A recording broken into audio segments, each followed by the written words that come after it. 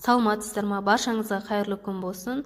Сіздерге ИП-лар үшін 2023 жылы салық төлемдерін төлеуді көрсететін боламын. Ол үшін платежи деген батырмасқа басамыз. Оның ішінен С деген бөлікке өтеміз. Бұл декретке миллионмен шығатын аналар көрсе өте пайдалы ақпарат. Штрафы и налоги деген бөлікке өтеміз. Оның ішінен платежи для ИП, обязательные пенсионные взносы деген таңдаймын. Міндетті зейнетақы жарнасы 10%. Период оплаты 2023 январь айын таңдаймыз. Ин платежчика ИП-ның иінін жазатын боламыз.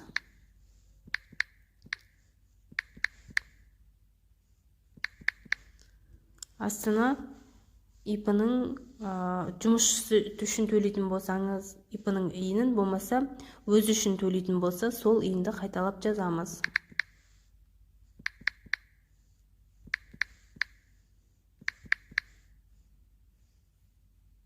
Биылғы жылы минимальный 70 мыңның 7 мың теңге 10%, соны төлейміз. Мінекей, міндетті зейнетақы жарнасын төледік.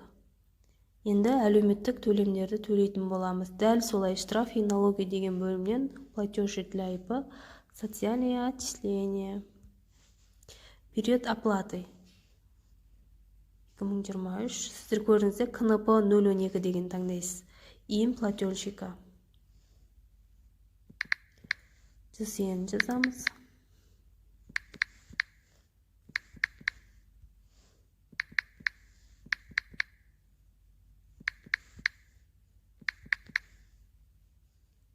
Суммасын жазамыз. Мінекей подтвердить и оплатить. Вернуться платеж. Енді медстраховка бойынша төлейміз. Дәл солай штрафы и налоги деген бөлікке өтеміз. Платежи для ИП, взносы на обязательные социальные медстраховка. Бұл жерде ИП өзі үшін төлеген жағдайда. Соны таңдаймыз. КНП 122 деген период оплаты январь айын таңдаймыз. Ин платежчиканы таңдаймыз.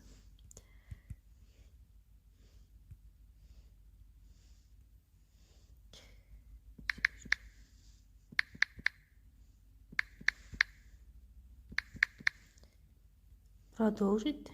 Автоматты түрде шығады январь айы 4900 теңге. Продолжить.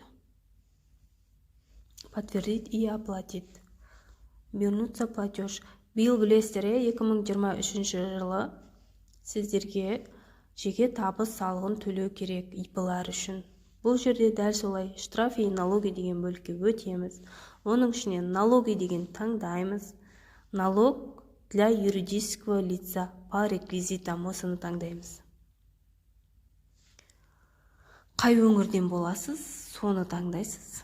Қай облыс. Выберите тип платежа деп тұр. Индивидуальный подоходный налог, осыны таңдайсыздар. 101-202 кодын таңдайсыздар. УГД. УГД бізде өзіңіздің районыңызды таңдайсыз. Және ол районның ішінде сіздер қай сельский округқа жатасыздар, соны таңдайсыздар. Период.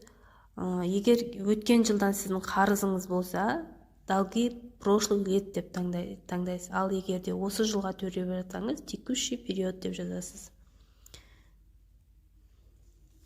ИП-ның атауын жазамыз.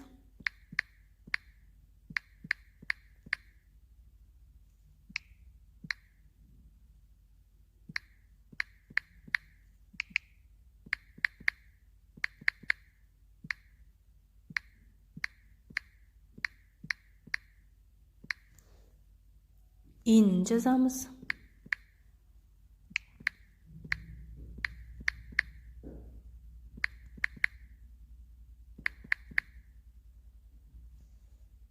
Енді суммасын жазатын боламыз.